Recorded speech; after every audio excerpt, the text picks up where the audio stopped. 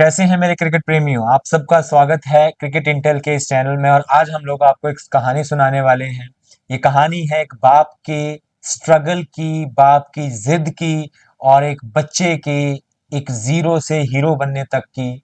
बाप की जिद और बच्चे की कमिटमेंट ने इस तरह उसे मुकाम पर पहुंचाया कि आज सब हम उसे एक लेजेंड के रूप में याद रखते हैं। तो चलिए शुरू करते हैं एक बाप के और बेटे की कहानी। कहानी तो कहानी शुरू होती है 1983 में, जब भारत ने वेस्ट इंडीज को हराकर विश्व कप अपने नाम किया। तो उसी समय पूरे देश के हीरो बने कपिल देव। लेकिन उसी समय जब देश पूरा उनकी जीत का जश्न मना रहा था, उसी समय एक लड़का गुमनामी की जिंदगी इस देश में जी रहा था, जो उन्हीं की तरह का एक ऑलराउंडर था, फास्ट बॉलिंग करता था, उन्हीं के साथ में प्रैक्टिस करता था। पर शायद किस्मत ने उसे उतना मौका नहीं दिया कि वो उस लेवल पर पहुंच सके। हालांकि इस देश में जब कपिल देव की जगह पर 1977 में अंडर 22 टीम में उनको कपिल देव की जगह पर चुना गया था, उसका नाम था योगराज सिंह।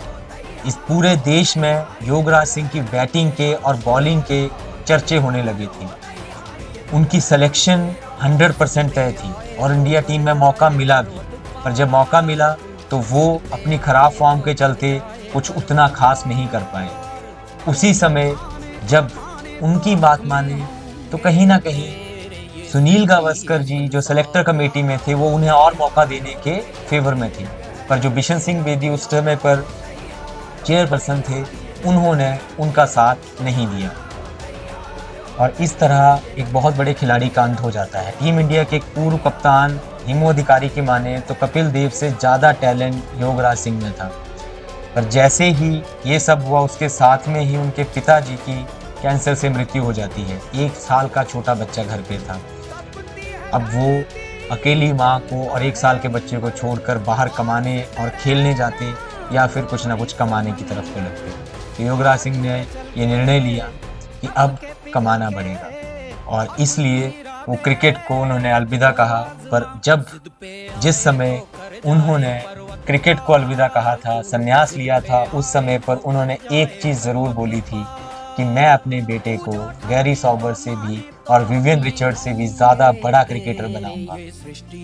लोगों ने उन्हें पागल तक बोलना शुरू कर दिया था। न्यूज़पेपर्स आते थे, न्यूज़पेपर्स में उनको पागल बोला जाता था।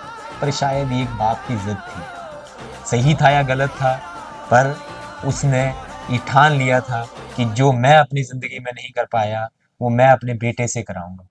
शायद हर एक बाप की यही एक सोच होती है। इस सोच के साथ उन्होंने युवराज सिंह को एक बल्ला ला कर दिया और उस बल्ले के साथ युवराज सिंह ने क्रिकेट खेलना 3 साल की उम्र में शुरू किया। और वो गेम जो उसे बिल्कुल पसंद नहीं थी। युवराज सिंह का शौक था कि मैं हमेशा स्केटिंग में या टेनिस में आगे बढ़ूं।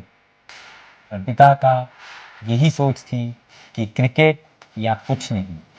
धीरे धीरे जब आगे जिंदगी बढ़ी तो युवराज सिंह बड़ी छोटी उम्र में स्केटिंग के डिस्ट्रिक्ट चैंपियन बने। और जिस दिन वो जीत का सर्टिफिकेट और मेडल लेकर पिता के पास आए, तो पिता ने शाबाशी देने की बजाय आज के बाद तो उससे तो क्रिकेट खेलेगा कौशल का। तेरे को ये करना पड़ेगा, करना होगा, मेरे लिए खेलना पड़ेगा। उसके स्केट्स को तोड़ दिया, उस मेडल्स को फेंक दिया और सीधा बोल दिया कि ये लड़कियों वाली खेल बंद कर, इससे कुछ नहीं होगा। क्योंकि युवराज सिंह में जो योगराज सिंह ने देखा था, वो शायद और कोई नहीं देख पाया था। और उसके साथ में उस रोते हुए बच्चे की जिंदगी से एक शुरू हुई एक लेजेंड बनने तक की कहानी।